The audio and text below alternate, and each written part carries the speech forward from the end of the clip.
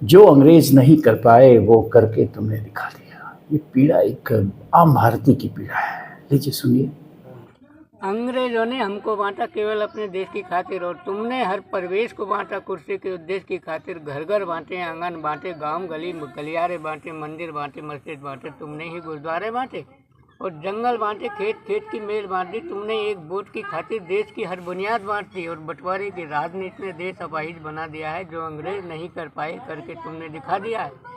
जिस देश का अफसर दफ्तर को निज बाप का माल समझता हो, थाने का थानेदार उसे सोने की डाल समझता हो, जिस देश का जेलर जेलों को केवल घुड़साल समझता हो, जिस देश का अपराधी उनको अपने ससुराल समझता हो, और जिस देश का अधिवक्ता कानून का सबसे बड़ा शिकारी हो, जिस देश का अभियंता कागज के पुलों पर शोक मनाता हो, जिस देश का फिल्मी अभिनेता तस्कर से हाथ मिलाता हो, और जिस देश का शिक्षक शिष्यों के संहार में जश्न मनाता हो, ठेके पर नकल चलाने की एजेंसी रोज चलाता हो, उस देश की पापों की गठरी का बोझा कौन उठाएगा, और उस देश का जहर पचाने को अब कौन मरतेगा। क्या बात है। जिस देश का शिक्षक शिष्यों के संहार पे जश्न मनाता हो, ठेके पे नकल कराने की एजेंसी रोज चलाता हो, उस देश का मित्रों क्या होगा, उस देश का मित्रों क्या होगा। आप भी सोचिए, हम भी सोचिए कि कोई देश समृद्ध कैसे होता है, कोई देश विकसित कैसे होता है। एक चीज़ तो तय है, मैंने कल एक वीडियो डाली थी इसको लेके, वो वीडियो चली नहीं इसलिए मैंने डिलीट कर लिया, कि अगर देश की गरीबी मिटनी है तो वो धर्म से नहीं मिटेगी। अगर धर्म से मिटनी होती तो कब की मिट चुकी होती, क्योंकि हम हजारों हजार वर्ष से धार्मिक ही तो हैं। हम धर्म का ही तो प्रयोग कर रहे हैं। हम धर्म का इतना प्रयोग कर रहे हैं कि हमने हमारे यहाँ ईश्वर भगवान को अवतार लेना पड़ा कई कई बार। तो हमसे ज़्यादा धार्मिक कौन है। अगर धर्म से अमीरी आती तो हम दुनिया के सबसे अमीर देश होते, लेकिन दुर्भाग्य से नहीं है। हम दुनिया के गरीब देशों की ये जो पिछली पंक्ति है उसमें खड़े हैं। 80 करोड़ लोगों को राशन देना पड़ रहा है सरकार को, ताकि वो जीवित रह सकें, कहीं वो मर न जाएं भूख से। इसलिए 80 करोड़ लोगों को शायद राशन देना पड़ रहा है। तो कहने का मतलब यह है कि अगर गरीबी देश की मिटेगी तो वो विज्ञान से मिटेगी, और विज्ञान का विज्ञान तब विकसित होगा जब हम अपने युवाओं को शिक्षित करेंगे। सही मायने में वैश्विक मानदंड पे हमारी शिक्षा व्यवस्था होगी देश की। आज हमारी देश की शिक्षा व्यवस्था कैसी है ये किसी से कहना नहीं है। हाँ, चंद प्राइवेट इंस्टीट्यूशंस हैं जो उचित शिक्षा देते हैं, लेकिन उसके बदले में उनकी इतनी बड़ी फीस है, इतनी बड़ी फीस है कि भारत का एक आम आदमी स्वप्न भी नहीं देख सकता है अपने बच्चों को उन कॉलेजों में पढ़ाने का या उतना खर्च कर पाने का। उसके पास ऐसी कोई व्यवस्था ही नहीं है, और जो सरकारों की व्यवस्था है वो आपके सामने है, छिन्न भिन्न, बेमतलब की। मैं तो कहूँगा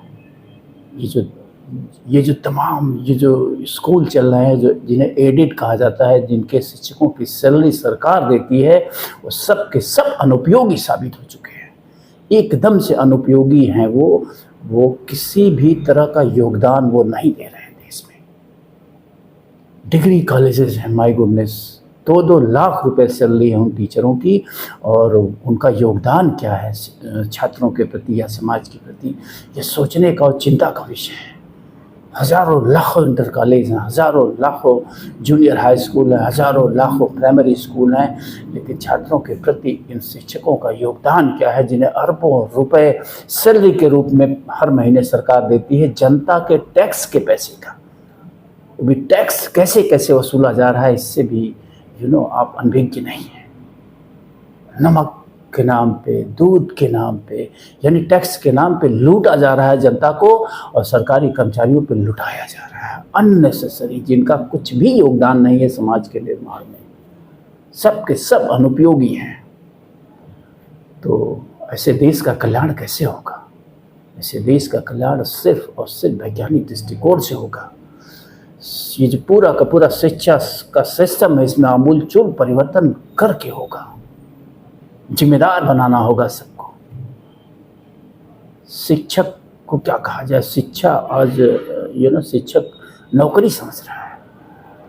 आप शिक्षकों को कभी भी इस बात के लिए लड़ते हुए नहीं पाएंगे कि वो शिक्षा के स्तर को सुधारना चाहते हो। हाँ, सैलरी के लिए, पेंशन के लिए इन्हें आप प्रायः बड़ी संख्या में लड़ते हुए पाएंगे सड़कों पे, लेकिन कभी ये आवाज़ नहीं उठाते हैं कि इनके कॉलेज में उचित संसाधन नहीं है, बच्चे नहीं है, क्यों नहीं है, इस पे उनको चिंतित होते आप कभी नहीं पाएंगे।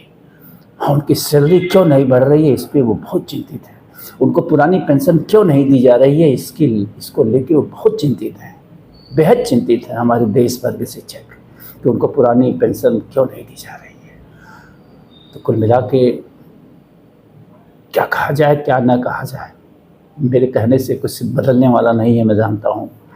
और मेरी इन बातों को सुनने वाले भी आप नहीं है, मैं जानता हूँ, क्योंकि आपको सुनने के लिए बहुत कुछ है। पूरा सोशल मीडिया भरा हुआ है अच्छे अच्छे कंटेंट्स के साथ, जिसको सुन के आप मज़े लेते हैं, ऐश करते हैं। तो करिए, रही मेरी बात तो मैं जो मेरा नज़रिया है मैं उसको कहता रहूँगा। कोई सुने ना कोई सुने या ना सुने।